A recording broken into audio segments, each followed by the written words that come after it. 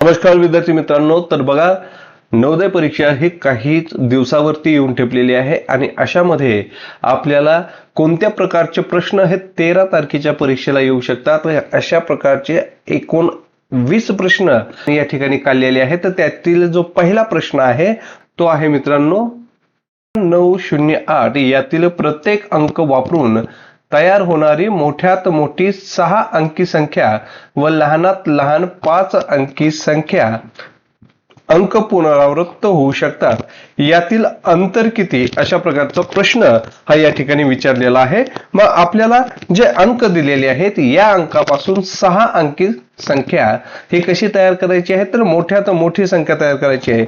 मग बघा मित्रांनो, या ठिकाणी 6, 9, 0 आणि 4 अंक आहे. मग आपल्याला माहित आहे की 6 अंकी संख्या तयार करायची आहे, दिलेले आहेत 4 अंक. मग अशा वेळेला जेवढे अंक जास्त असतील तेवढा अंक काय करावं लागेल, या दिलेल्या अंकामधील मोठा अंक जो आहे तो आपल्याला घ्यावा लागणार आहे. मग या ठिकाणी मोठ्यात मोठी संख्या तयार करत असताना सर्वात अगोदर आपण मोठा अंक जो आहे तो घेतो. मग या ठिकाणी 9 घेतलेला आहे.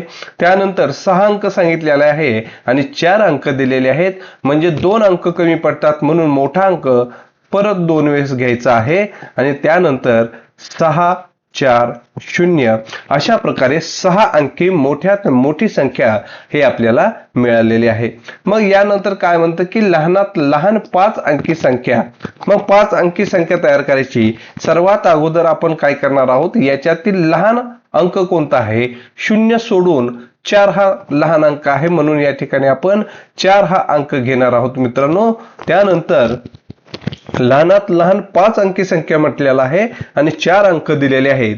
मग काय करावं लागेल, तर या ठिकाणी 1 अंक जास्त आहे, म्हणून जो लहान 0 आहे तो 0 हा आपल्याला 2 वेळेस घ्यावा लागणार आहे आणि राहिलेले मध्ये 6 आणि 9 अशा प्रकारे आपली लहानात लहान 5 अंकी संख्या तयार झालेली आहे. आणि याचा काय करायचं आहे मित्रांनो, तर याच्यातील अंतर किती आहे अशा प्रकारचा प्रश्न विचारलेला आहे. मग अंतर म्हणजेच काय असतं, याच्यातील फरक असतो. फरक म्हणजेच वजाबाकी असते मित्रांनो. मग बघा, या 10 मधून 9 गेले, खाली किती उरलेला आहे मित्रांनो, 1 उरलेला आहे. आता या ठिकाणी पूर्ण उदाहरण सोडवण्याची सुद्धा गरज आपल्याला भासणार नाही. का भासणार नाही, तर बघा मित्रांनो, या ठिकाणी एकक स्थानी 1 आलेला जो पर्याय आहे हा याच्यामध्ये कोणता पर्याय दिसतोय, तर पर्याय क्रमांक सी दिसतोय मित्रांनो. म्हणजेच या प्रश्नाचं उत्तर हे पर्याय क्रमांक सी हे असणार आहे.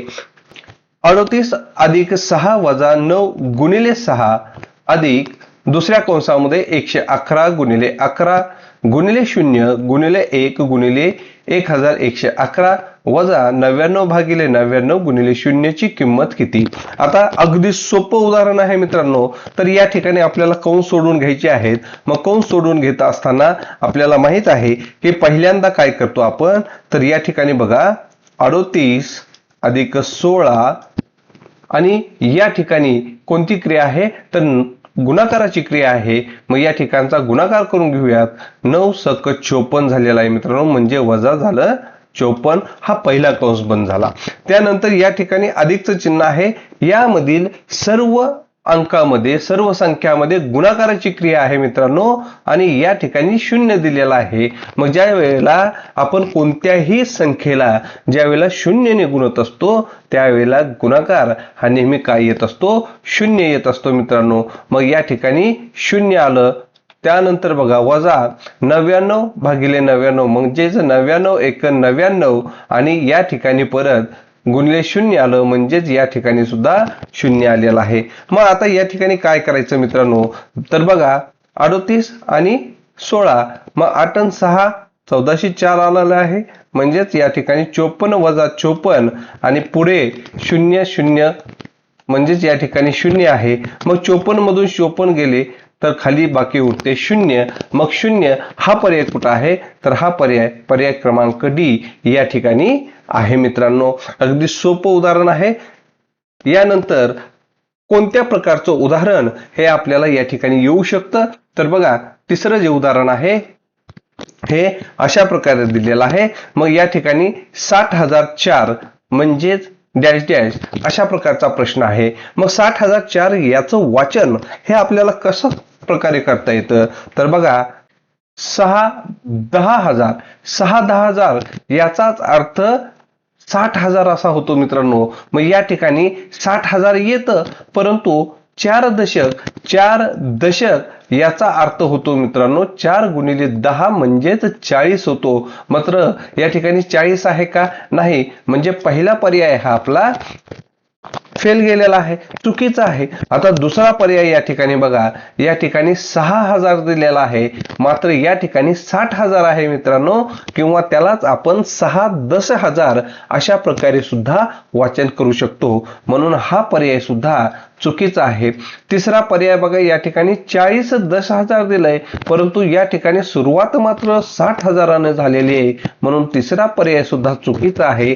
मात्र चौथा जो पर्याय आहे यामध्ये बघा 6,10,000 म्हणजे हे 60,000 झालं मित्रांनो.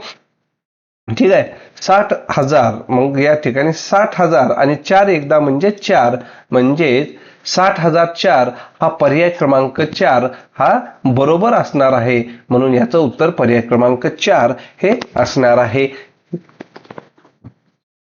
बघा या ठिकाणी 2 अंकाची बेरीज 11 व गुणाकार 28 आहे, त्यांच्या उभय पक्षाची बेरीज असेल.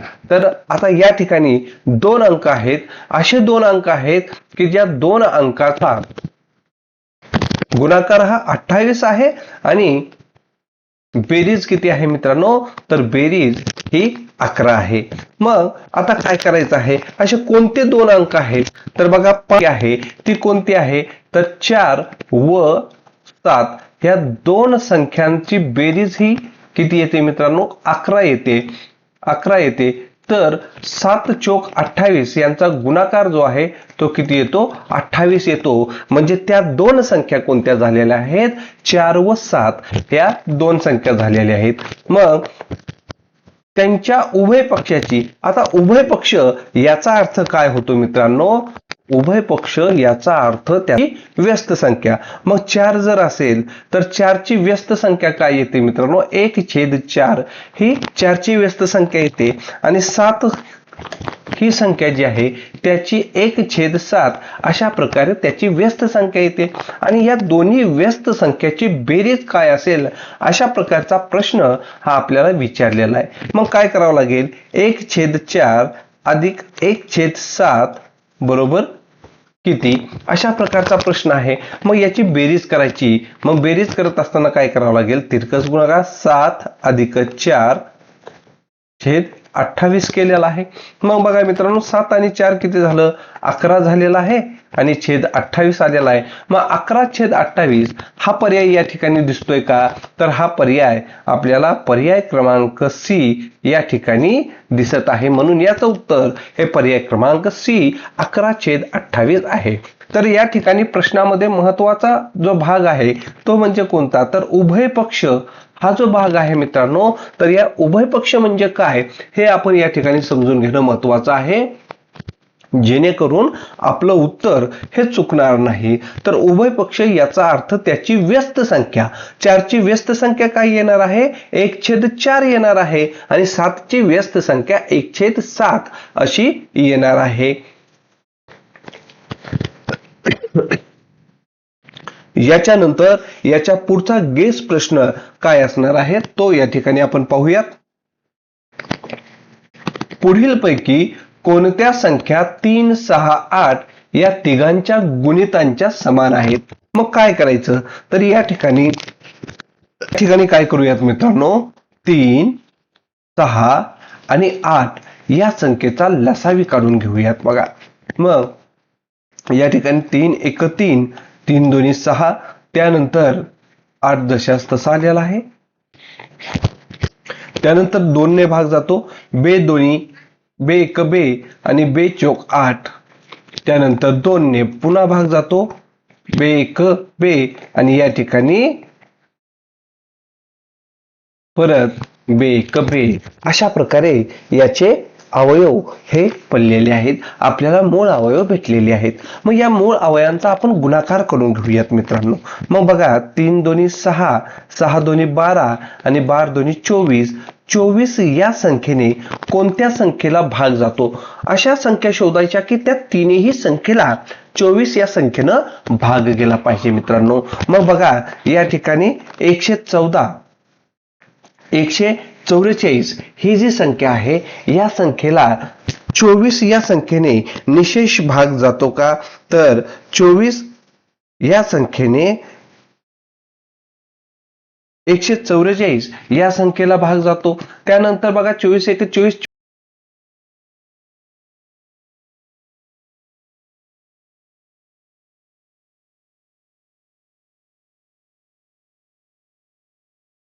ठिकाणी बी पर्याय जो आहे तर 24 1 24, 24 5 120 आलेला आहे. त्यानंतर 800 या संख्येला सुद्धा 24 या संख्येनं भाग जात नाही, म्हणून हा पर्याय सुद्धा चुकीचा होतो मित्रांनो. त्यानंतर बघा 24 5 120 झालेला आहे. त्यानंतर 24 ने जर 432 याला भाग घातला तर याला सुद्धा 18चा भाग बसतो, म्हणजे याला सुद्धा पूर्ण भाग जातो. आणि त्यानंतर बघा मित्रांनो या ठिकाणी 600 या संख्येला जर 24 ने भाग घातला तर याला सुद्धा 24 ने पूर्ण भाग जातो. तो 432 आणि 600 या तीनही संख्येला 24 या संख्येने भाग जातो. याचाच अर्थ 3 6 8 या तिन्ही संख्येचे गुणित जे आहेत ते कोणते असणार आहेत? 120, 432 आणि 600 हे याचे गुणित असणार आहेत. याच्या पुढचा गेस प्रश्न कोणता आहे तो आपण या ठिकाणी पाहूयात. दोन दशमांश संख्येची बेरीज 407.704 आहे. जर एक संख्या दुसऱ्या संख्येपेक्षा 84.026 ने मोठी असेल तर मोठी संख्या आहे. तर आता या ठिकाणी काय करायचं आहे मित्रांनो? तर या ठिकाणी जी दोन संख्याची बेरीज दिलेली आहे ती काय दिलेली आहे? 407.704 दिलेली आहे.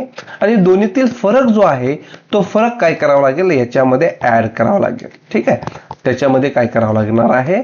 ऍड करावं लागणार आहे, मिळवून घ्यावा लागणार आहे. मग आता मिळून का घ्यायचा? जर तुम्हाला या ठिकाणी लहान संख्या विचारलेली असेल तर यामध्ये जे दोन संख्याची बेरीज आहे त्याच्यामधून तेथील फरक जो आहे तो वजा करावा लागला असता, परंतु मोठी संख्या विचारल्यामुळे तुम्हाला काय करावं लागेल? तो अधिक करावा लागेल. तेच करून घेऊयात. मग 6 आणि 4 10ला 0, हातचाला 1, 303 7 दशांश 7 आणि 4 1101, हातचाला आला आहे 1, त्यानंतर 9 आणि 4. आता ही जी बेरीज आलेली आहे त्याला काय करायचं मित्रांनो? 2 ने भागायचं आहे. मग 2 ने भागल्यानंतर आपल्याला मोठी संख्या ही या ठिकाणी मिळणार आहे. मग बघा बे 1 बे दोन्ही 4 झालेला आहे.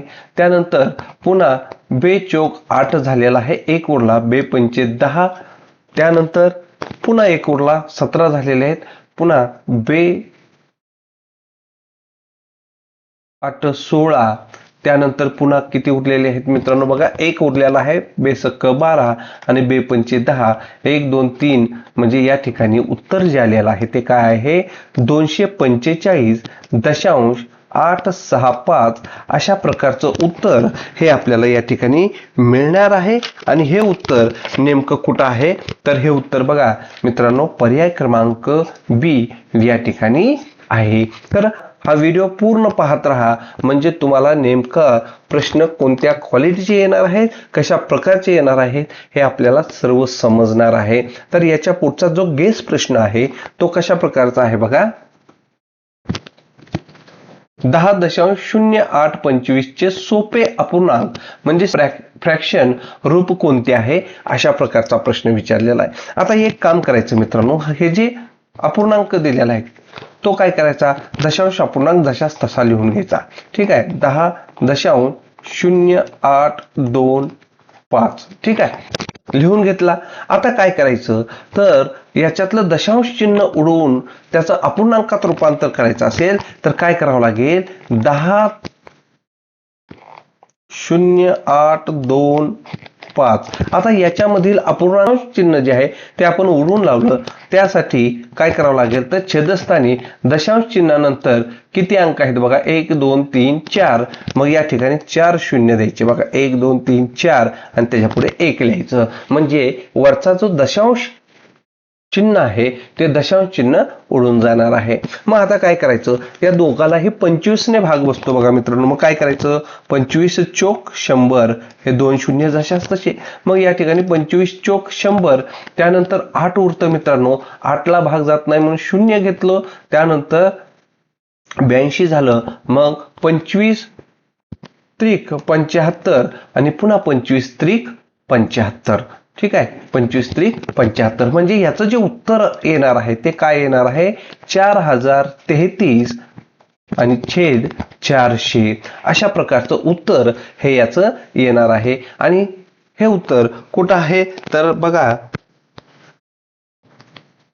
हे उत्तर पर्याय क्रमांक बी या ठिकाणी आपल्याला दिसत आहे.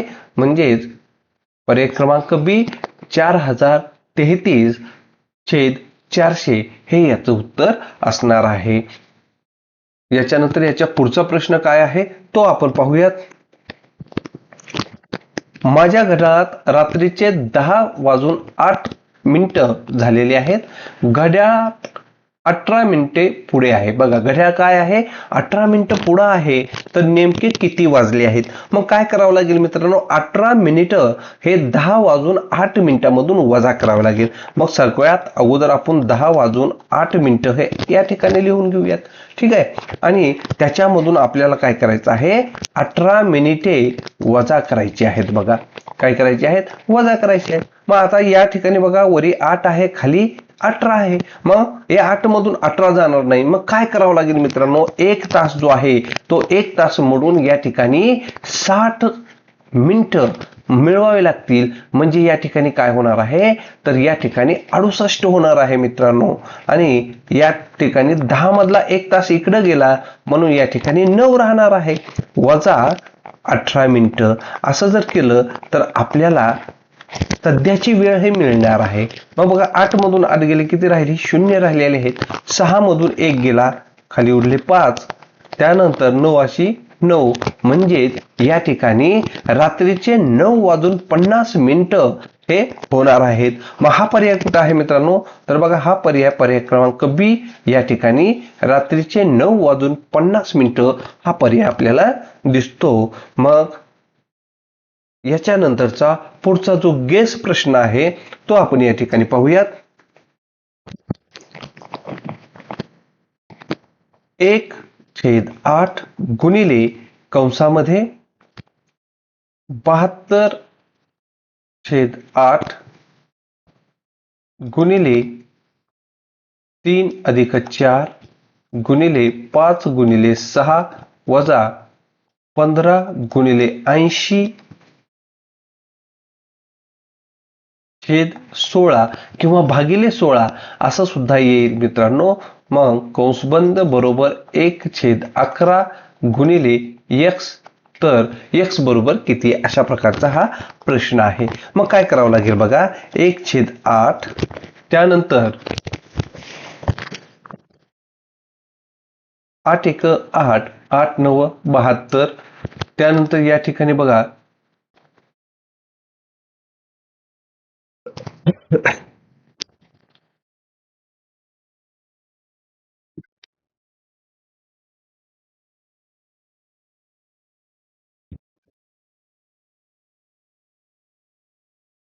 बेचोक 8 0 0 8 16 मग 8×8 अजून 45 म्हणजे 8×45. ठीक आहे. मग आता काय करायचं तर बघा या ठिकाणी मित्रांनो 9 गुणिले 3 अधिक 4 गुणिले 5 गुणिले 6 वजा 15 गुणिले 5 कंस बंद बरोबर 1/11 गुणिले x आलेला आहे.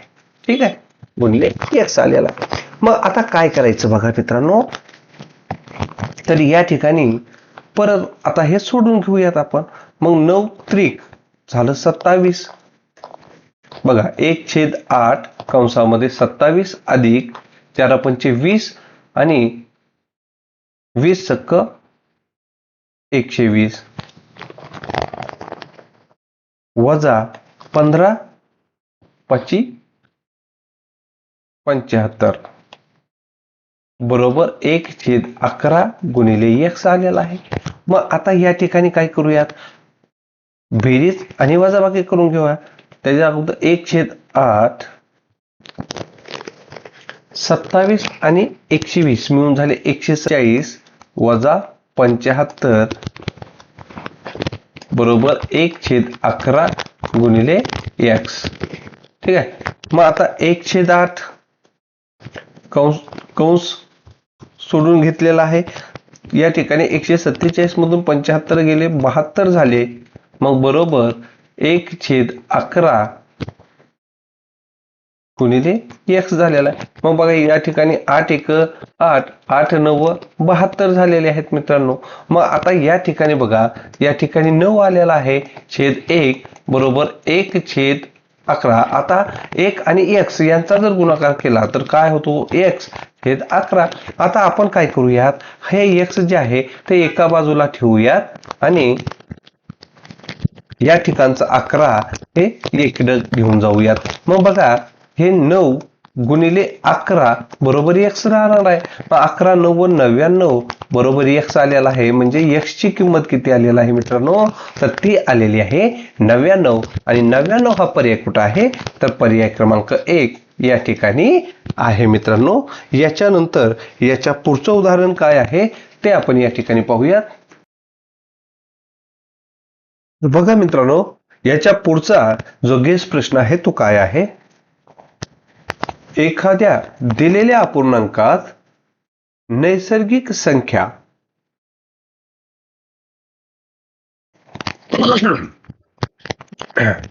एखाद्या दिलेल्या अपूर्णांकात एकच नैसर्गिक संख्या अंशात व छेदात मिळवली तर नवीन अपूर्णांक पहिल्यासारखाच राहतो, मूळ अपूर्णांकापेक्षा कमी होतो, मूळ अपूर्णांकापेक्षा मोठा असतो का मूळ अपूर्णांकापेक्षा मोठा व कमी असू शकतो.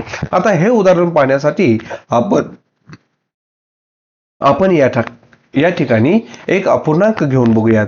जसं की बघा 9/2 आहे. आता याच्यामध्ये आपण एखादी संख्या मिळवूयात. बघा या ठिकाणी 4 मिळवलं आणि या ठिकाणी 4 मिळवलं. मग 9 आणि 4 होतात 13/4 आणि 2 मिळून होतात 6 मित्रांनो.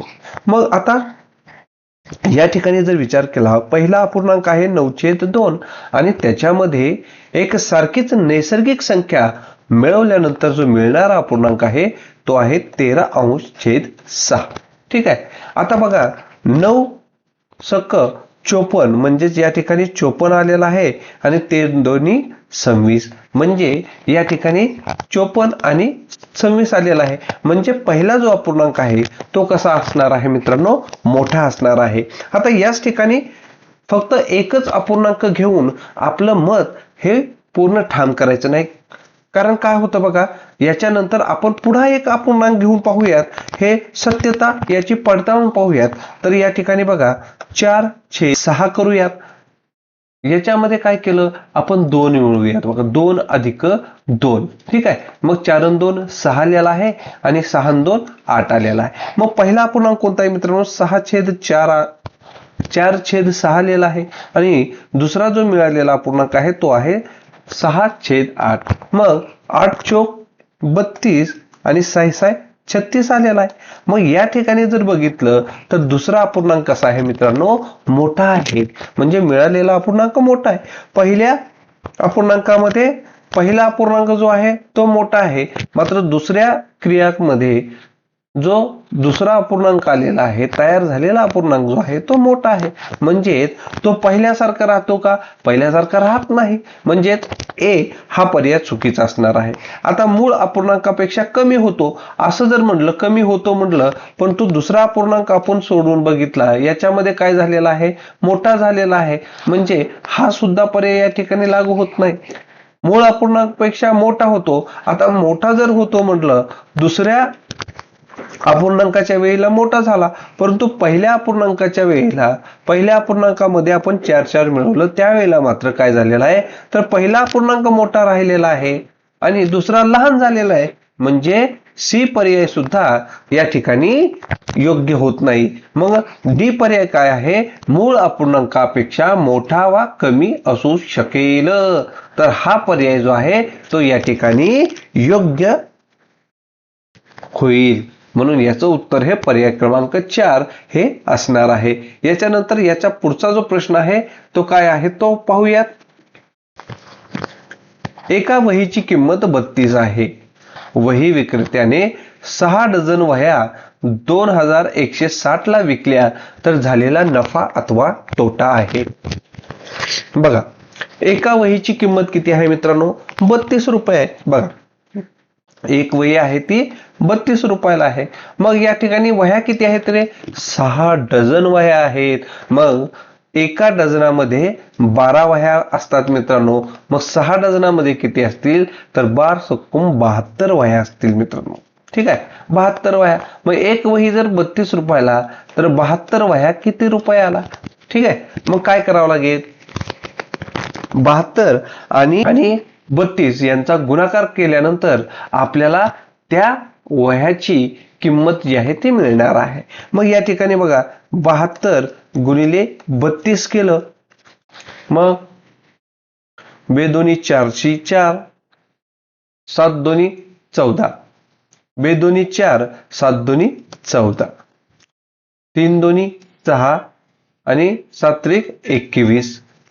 आता या ठिकाणी 4 4, 6 आणि 4 मिळून 10 होतात.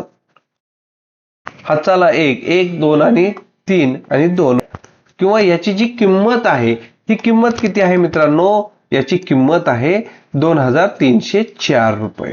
ठीक आहे, आणि विकली कितीला, 2160 रुपयाला विकलेली आहे. ठीक आहे, विकली कितीला, 2160 रुपयाला विकलेले आहे. आता इथं जर बघितलं तर विक्री किंमत ही लहान आहे आणि खरेदी किंमत कशी आहे, मोठी आहे. मग विक्री किंमत जर याच्यातून वजा केली तर निश्चितपणे काय होणार आहे, तोटा होणार आहे. तोटा होणार आहे. मग या ठिकाणी किती किंमत येते बघूयात. 4 मधून 0 गेले, 4 राहिले. 10 मधून 6 गेले, 4 राहिले. त्यानंतर 2 मधून 1 गेला, 1 राहिले. म्हणजे 144 रुपये हा काय झालेला आहे, तोटा हा झालेला आहे. म्हणून पर्याय क्रमांक डी 144 हा पर्याय बरोबर असणार आहे. तर बघा मित्रांनो, याच्या पुढील जो गेस प्रश्न आहे तो काय असणार आहे. एका आयताकृती बागेची लांबी तिच्या रुंदीच्या दुप्पट आहे.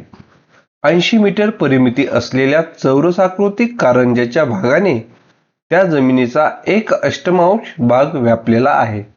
तर त्या आयताकृती बागेची लांबी आहे. आता बघा काय आहे, तर आयताकृती बाग आहे आणि या आयताकृती बागेचा 1/8 भाग हा काय झालेला आहे, त्या कारंज्याने व्यापलेला. 1/8 भाग म्हणजे काय, 1/8 भाग. ठीक आहे, या कारंज्याने व्यापलेला आहे. आणि या चौरसाकृती कारंजा जो आहे या भागाचं परिमिती किती आहे मित्रांनो, तर ही परिमिती 80 मीटर परिमिती आहे. बघा, 80 मीटर काय आहे, ही परिमिती आहे. मग परिमिती 80 मीटर, त्याला जर भागिले 4 केलं तर आपल्याला त्या चौरसाकृती जागेची एक बाजू मिळणार आहे. मग 4 1 4, 4 2 8, म्हणजे याची एक बाजू किती असणार आहे, तर 20 असणार आहे मित्रांनो. किती असणार आहे, 20 असणार आहे. 20 असणार आहे. ठीक आहे, मग याच्यावरून या चौरसाचं क्षेत्रफळ हे आपल्याला काढता येणार आहे. ठीक आहे, मग चौरसाकृती कारंज्याचे क्षेत्रफळ, चौरसाकृती कारंज्याचे किंवा कारंज्याच्या भागाचे क्षेत्रफळ बरोबर काय आलेला आहे, बाजूचा वर्ग येईल. ठीक आहे, काय येणार आहे, बाजूचा वर्ग. मग बाजू किती आहे? 20 आहे. म्हणजे 20चा जर वर्ग बघितला तर तो किती येतो मित्रांनो? तो 400 येतो. मग बघा, एक अष्टमांश भाग म्हणजे किती आहे? 400 आहे. मग एखाद्या गोष्टीचा एक अष्टमांश म्हणजे ही सर्व जी जागा आहे, क्षेत्रफळ आहे ते x आहे. मग x चा 1/8 भाग हा किती आलेला आहे? 400 आलेला आहे. मग या आयताकृती बाग जी आहे, या बागेचं क्षेत्रफळ आपण बघूयात. मग बागेचं क्षेत्रफळ समजा x मानूयात. बागेचे क्षेत्रफळ बरोबर x मानू. मग आता 1/8 भाग म्हणजे किती होतो? तर बघा, x चा 1/8 भाग बरोबर 400 होतो. मग आता काय करायचं मित्रांनो? x बरोबर 400 गुणिले 8 झालं. मग 8 1 8, 8 चोक 32, म्हणजेच या ठिकाणी 32 म्हणजे 3200 हे काय झालं? तर या बागेचं क्षेत्रफळ झालेलं आहे. आणि याच्यावरून आपल्याला त्याची लांबी आणि रुंदी काढता येणार आहे. ठीक आहे. मग इथं काय म्हणतं की त्याची रुंदी जी आहे तर लांबी ही रुंदीच्या काय आहे? दुप्पट आहे. मग समजा रुंदी ही x असेल तर लांबी किती असणार आहे? ती असणार आहे 2x. बरोबर याचं क्षेत्रफळ आलेलं आहे 3200. मग x गुणिले 2x बरोबर 3200. याचा गुणाकार काय होईल? तर बघा, 2x चा वर्ग बरोबर 3200 येणार आहे. मग आता x चा वर्ग बरोबर 3200 भागिले 2 जर केलं, बेक बे बेक बे बेसक बा 0 0, म्हणजे x वर्ग बरोबर काय आलेला आहे? 1600 आलेला आहे मित्रांनो. मग 1600 हा कशाचा वर्ग आहे रे? तर x बरोबर 1600 हा 40 चा वर्ग आहे, म्हणून या ठिकाणी 40 येणार आहे. म्हणजेच x म्हणजे काय झालं? तर ही झालं त्या बागेची रुंदी झाली मित्रांनो. काय झाली? रुंदी झाली. पण लांबी कशी आहे?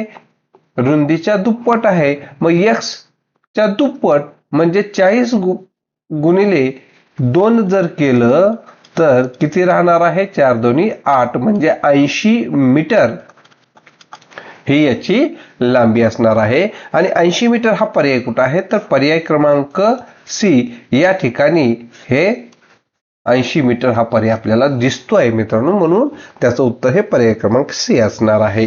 याच्यानंतर याच्या पुढचं उदाहरण काय आहे ते आपण पाहूयात.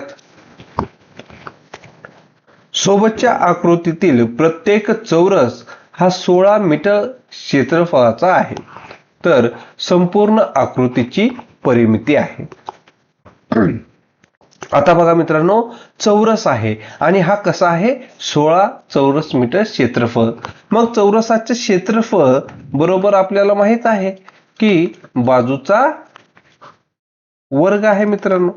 ठीक आहे. मग 16 मीटर चौरस मीटर क्षेत्रफळ आहे.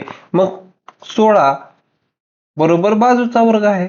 मग 16 हा कशाचा वर्ग आहे रे? तर तो 4 चा वर्ग आहे.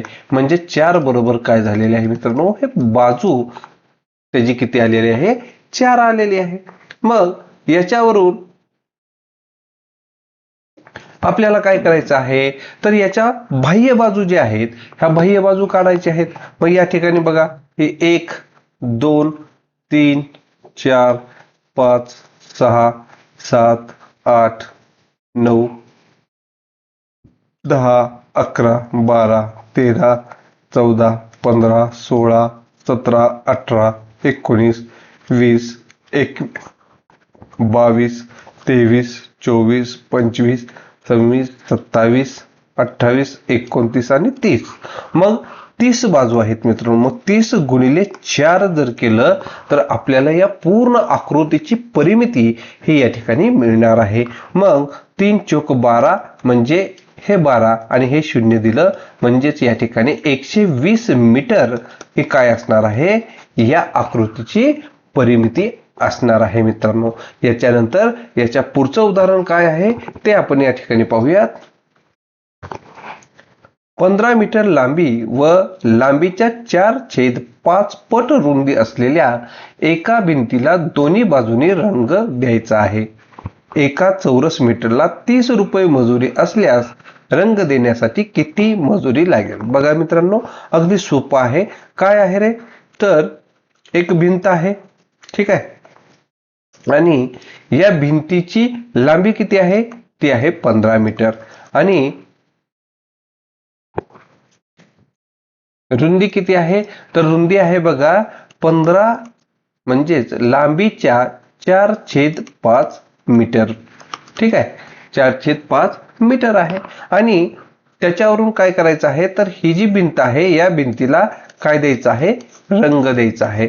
मग जसा पुढून रंग देणार आहोत तसाच पाठीमागूनही, म्हणजे दोन्ही बाजूने रंग द्यायचा आहे. मग काय करावं लागेल? तर सर्वात अगोदर हे जे क्षेत्रफळ आहे हे क्षेत्रफळ काढावं लागेल, ठीक आहे. मग आता या ठिकाणी बघा, लांबी जी आहे, लांबी बरोबर 15 मीटर आलेली आहे मित्रांनो. आणि रुंदी ही काय असणार आहे? तर रुंदी बरोबर 15 गुणिले 4/5, म्हणजे 5 × 5, 5 × 1 15, म्हणजे 3 चौक 12 मीटर हे काय असणार आहे? रुंदी असणार आहे. मग आपल्याला या भिंतीचं क्षेत्रफळ काढून घ्यावं लागेल. मग भिंतीचे क्षेत्रफळ बरोबर लांबी गुणिले रुंदी करावं लागेल. लांबी गुणिले रुंदी. मग लांबी किती आहे? लांबी आहे 15 आणि रुंदी आहे 12. मग 12 पंचे 60 ला 0, हातचे आले 6 आणि 12 × 1 12, 12 आणि 6 होतात 18, म्हणजेच 180 चौरस मीटर हे काय झालेलं आहे? याचं क्षेत्रफळ आलेलं आहे. मग या ठिकाणी बघा मित्रांनो, तर या ठिकाणी काय आहे? 180 ही काय झाली? एका बाजूची भिंत झालेली आहे. आता दोन्ही बाजूनी म्हणत असल्यामुळे याला 2 करायचं, म्हणजे आपल्याला दोन्ही बाजूचा जो एरिया आहे, जी भिंत आहे, ती आपल्याला किती आहे हे समजणार आहे. मग 18 दोन्ही 36 आलेला आहे, म्हणजे 360 आलेला आहे. आता 360 हा पूर्ण काय झालेला आहे? भाग झालेला आहे. आणि चौरस मीटर 30 रुपये प्रमाणे मजुरी आहे, म्हणून काय करायचं? याला गुणिले 30 करून घेऊयात. मग बघा, हे 0 गेलं, हे 0, हे 0, 6 × 1808, हाताला 1, 3 × 9, 9 × 1 10, म्हणजे या ठिकाणी मजुरी जी आहे ती किती असणार आहे?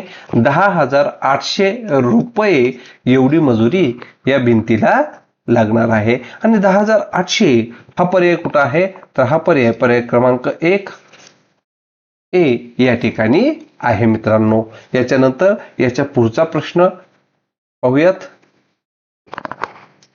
शेजारील 8 सेमी बाजू असलेल्या चौरसाच्या एका कोपऱ्यातील 1 सेमी बाजू असलेला चौरस कापून घेताना दिलेल्या आकृतीची परिमिती किती? बघा, या ठिकाणी आकृती दिलेली आहे आणि या चौरसाच्या ज्या बाजू आहेत, हे बाजू किती आहे मित्रांनो? तर 8 सेंटीमीटर ही याची बाजू आहे. मग काय म्हणतो? तर कोपऱ्यातील 1 सेंटीमीटर बाजू असलेला चौरस कापून घेतला. मग या ठिकाणी बघा, हा 1 सेंटीमीटर हा इथून हा अशा प्रकारे हा कापून घेतलेला आहे, म्हणजे ही 1 सेंटीमीटर कमी झाला आणि हा 1 सेंटीमीटर कमी झाला, ठीक आहे. मग काय विचारलेले आहे? आपल्याला परिमिती विचारलेली आहे. काय विचारलेली आहे? परिमिती. परंतु एक गोष्ट लक्षात ठेवा मित्रांनो, की परिमिती म्हणजे काय? तर परिमिती याचा अर्थ बाह्य बाजूंची बेरीज, ठीक आहे. मग आता या ठिकाणी बघा, या ठिकाणी हा 1 सेंटीमीटरचा भाग कमी झाला आणि हा 1 सेंटीमीटरचा, परंतु या ठिकाणचा हा 1 सेंटीमीटरचा वाढलेला आहे मित्रांनो आणि हा 1 सेंटीमीटरचा, म्हणजे 2 सेंटीमीटर या ठिकाणी वाढलेले आहेत. म्हणजे या ठिकाणी इथपर्यंत 7 आलेला आहे, इथं 1 सेंटीमीटर, तो झाला 8 सेंटीमीटर, पुन्हा इथं 1 आणि इथं 7, म्हणजे 8, 8 आणि 8 16 झालं, पुन्हा इथं 8 24 आणि 8 चौक 32, म्हणजेच या ठिकाणी जेवढी परिमिती पहिली होती तेवढीच परिमिती ही परत राहिलेली आहे. म्हणून जेवढी आहे तेवढीच राहते. हा पर्याय क्रमांक ए जो आहे ते हे याचं उत्तर असणार आहे. त्याच्यानंतर याचा पुढचा प्रश्न काय आहे तो पाहूयात. एका चौकोनाचे 2 त्रिकोणात विभाजन केले. प्रत्येक त्रिकोणाचे 3 कोन तर पूर्ण चौकोनात किती कोन तयार होतील? आता बघा, एक चौकोन आहे मित्रांनो. काय आहे? एक चौकोन आहे. हा चौकोन आहे, हा चौकोन आहे आणि त्याचे दोन त्रिकोणात विभाजन केले. म्हणजे या ठिकाणाहून जर अशा प्रकारे कर्ण काढला तर या ठिकाणी एक त्रिकोण आणि या ठिकाणी एक त्रिकोण, अशा प्रकारे दोन त्रिकोण होणार आहेत. आता एका त्रिकोणाचे किती कोण आहेत? तीन कोण आहेत बघा. 1 2 3. ठीक आहे, तीन कोण आहेत. तर या पूर्ण चौकोनात किती कोण होतील अशा प्रकारचा प्रश्न विचारलेला आहे. मग इथं जसे 3 झाले तसेच इथं 1 2 3 म्हणजे 6 झाले. परंतु मित्रांनो या ठिकाणी बघा, हे दोन कोण मिळून या ठिकाणी एक कोण होईल आणि या ठिकाणी एक कोण होईल. मग 6 हा 7 आणि हा 8, म्हणजेच या ठिकाणी किती कोण होणार आहेत? एकूण 8 कोण होणार आहेत. आणि 8 हा पर्याय कुठं आहे? तर पर्याय क्रमांक बी 8 हा या ठिकाणी आहे. याच्यानंतर याच्या पुढचा प्रश्न काय आहे तो पाहूयात. अयोग्य विधान शोधा. बघा, अयोग्य विधान शोधा. तर त्रिकोणाच्या तिन्ही कोणाच्या मापाची बेरीज एका सरळ कोणाच्या मापा एवढी असते. बघा मित्रांनो, या ठिकाणी जो त्रिकोण दिलेला आहे, आपल्याला माहित आहे की हा जो त्रिकोण आहे, तर या त्रिकोणाचं माप हे नेहमी किती असतं? 180 अंशाचं असतं. आणि सरळ कोण जो आहे, हा सरळ कोण आहे, या सरळ कोणाचं माप हे सुद्धा 180 अंश असतं. म्हणजे या ठिकाणी पहिलं जे विधान आहे ते योग्य असणार आहे. त्याच्यानंतर आयताचे चारही कोण हे काटकोन असतात. हा आयत आहे आणि या आयताचे चारही कोण कसे असतात? तर काटकोन असतात. हे सुद्धा विधान बरोबर आहे. त्याच्यानंतर बघा मित्रांनो, तिसरा जो पर्याय आहे तो काय आहे? तर काटकोन चौकोनाच्या चारही कोणाच्या मापाची बेरीज एका त्रिकोणाच्या तीनही कोणाच्या मापाच्या बेरजेच्या दीडपट असते. काय म्हणतं? काटकोन चौकोनाच्या चारही कोणाच्या मापाची बेरीज. आता काटकोन चौकोनाच्या चारही कोणाच्या मापाची बेरीज किती? बघा, 90 90 90 90, म्हणजे 9 चौक 36, म्हणजे 360 अंश असते मित्रांनो. ठीक आहे. आणि काय म्हणतं? एका त्रिकोणाच्या तीनही कोणाच्या मापाच्या बेरजेच्या. आता तीनही कोणाचं माप किती असतं? 180 अंश असतं आणि त्याच्या दीडपट, म्हणजे याच्या जर दीडपट म्हणलं तर 180/2 केलं तर 90 येतं. मग 180 अधिक 90 जर केलं तर बघा, 16 1 17 7 हाताला 1 270 येतं. मग काटकोन चौकोनाच्या चारही कोणाच्या मापाची बेरीज हे 270 असते का? नसते. म्हणजे हे विधान काय आहे? चुकीचं आहे. म्हणून या प्रश्नाचं उत्तर जे आहे ते कोणतं आहे? तर पर्याय क्रमांक 3, काटकोन चौकोनाच्या चारही कोणाच्या मापांची बेरीज एका त्रिकोणाच्या तीनही कोणाच्या मापाच्या बेरजेच्या दीडपट असते. हे मात्र चुकीचं आहे. याच्यानंतर याच्या पुढचं उदाहरण काय आहे ते पाहूयात. खालीलपैकी कोणत्या आकृतीत जास्त विशाल कोन आहेत? बघा, विशाल कोन आहेत. विशाल कोन म्हणजे कोणतं? तर बघा, या ठिकाणी 90 अंशापेक्षा जास्त आणि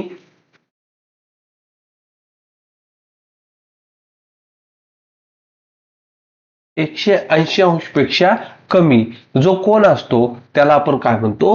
विशाल कोन म्हणतो. मग ह्या अशा प्रकारचा कोन हा या ठिकाणी एक दिसतोय मित्रांनो, या ठिकाणी एक दिसतो. पण या ठिकाणी बघूयात, या ठिकाणी काटकोन आहे, म्हणजे या ठिकाणी विशाल कोन नाही, या ठिकाणी विशाल कोन हा आपल्याला दिसत नाही. त्यानंतर बघा, या ठिकाणी एक विशाल कोन दिसतोय आपल्याला, या ठिकाणी विशाल कोन दिसतोय. आता या ठिकाणी बघा, हा जो अष्टकोन आहे, तर या ठिकाणी 1 2 3 4 5 6 7 आणि 8, म्हणजे या ठिकाणी 8 विशाल कोन दिसतात मित्रांनो. सर्वात जास्त विशाल कोन जे आहेत ते कुठं आहेत? तर या ठिकाणी आहेत. म्हणजे पर्याय क्रमांक सी हे या प्रश्नाचं योग्य व अचूक उत्तर असणार आहे. याच्यानंतर याच्या पुढचा प्रश्न काय आहे तो या ठिकाणी पाहूयात. एका व्यापाऱ्याने 5 दिवसात किती किलो कांदे विकले ते चित्रालेखात दाखवलेलं आहे. यावरून सोमवार, मंगळवार व बुधवारची सरासरी विक्री ही रविवार व गुरुवारच्या सरासरी विक्रीपेक्षा कितीने कमी अथवा जास्त आहे? बघा, आता काय दिलेलं आहे, सोमवार, सोमवार, मंगळवार व बुधवार. ठीक आहे. मग सोमवारी किती आहे रे बघा. आता या ठिकाणी एक स्टार म्हणजे 50 किलोग्रॅम आहे बघा मित्रांनो. किती आहे, 50 किलोग्रॅम. मग सोमवारचं बघू, 1 2 3 4, 4 गुणिले 5 जर केलं तर 4 पंचे 20, 20 म्हणजे 200 किलोग्रॅम हे या ठिकाणी सोमवारी केलेलं आहे. त्याच्यानंतर मंगळवारी बघितलं 1 2 3 म्हणजे 3 पाची 15 म्हणजे 150 किलोग्रॅम कधी केलेला आहे, ते केलेलं आहे मंगळवारी. आणि बुधवारी केलेला आहे बघा 1 2 3 4 5, 5 5 25 म्हणजे 250 किलोग्रॅम हे बुधवारी केलेलं आहे. मग याची जर सरासरी काढायची म्हटलं तर काय करावं लागेल, याची बेरीज करून पाहूयात. ठीक आहे. मग बघा 250 ना 250 500, 500 ने 600 किलोग्रॅम झालेला आहे. मग 600 भागिले 3 जर केलं, 3 1 3, 3 2 6 म्हणजेच या ठिकाणी 200 किलोग्रॅम हे काय झालेले आहे, याची सरासरी झालेली आहे. त्याच्यानंतर आपल्याला काय सांगितलं की रविवार व गुरुवारची सरासरी विक्रीपेक्षा कितीने कमी अथवा जास्त आहे. मग रविवार आणि गुरुवार पाहूयात. रविवारी किती आहे बघा, 1 2 3 4 5 6, मग 6 पंचे 30 म्हणजे या ठिकाणी 300 आहे. आणि गुरुवारचं आहे 1 2 3 4 5 6 म्हणजेच या ठिकाणी परत 300 आहे. मग 300 300 600 झालं मित्रांनो. आणि रविवार आणि गुरुवार 2 दिवस होतात म्हणून या ठिकाणी 2 न भागलं, मग बेक बे आणि बेत्रिक 6 म्हणजेच या ठिकाणी 300 झालेले आहे. मग रविवार आणि गुरुवारची 300 झालेली आहे. मग काय म्हणतो या ठिकाणी, रविवार व गुरुवारच्या सरासरी विक्रीपेक्षा कितीने कमी अथवा जास्त आहे. मग या ठिकाणी 200 जर वजा केलं तर किती राहिले, 100 किलोग्रॅम राहिलेले आहेत. मग 100 किलोग्रॅम हे कसे असणार आहेत, तर 100 किलोग्रॅम ने कमी झालेला आहे. मग 100 किलोग्रॅम ने कमी म्हणजे पर्याय क्रमांक बी हे याचं अचूक उत्तर असणार आहे मित्रांनो. याच्यानंतर याच्या पुढचा प्रश्न काय आहे तो आपण या ठिकाणी पाहूयात. एका विद्यार्थ्याचा 1 ते 10 वर्षापर्यंतच्या उंचीचा आलेख दर्शवलेला आहे. त्या माहितीच्या आधारे 7व्या वर्षी उंची किती होते ते सांगा. तर बघा या ठिकाणी पहिलं वर्ष, दुसरं वर्ष, तिसरं वर्ष, तर या ठिकाणी 7वं वर्ष म्हणतं, 7वं वर्ष. मग 7व्या वर्षाचा जी उंची आहे ही किती आहे त्याची मित्रांनो, 110. मग 110 सेंटीमीटर हा पर्याय कुठं आहे, तर हा पर्याय क्रमांक 1 या ठिकाणी आहे. तर अशाच प्रकारचे नवोदयच्या परीक्षेला येतील अशी आशा आहे. तर व्हिडिओ आवडल्यास लाईक व शेअर जरूर करा. धन्यवाद मित्रांनो.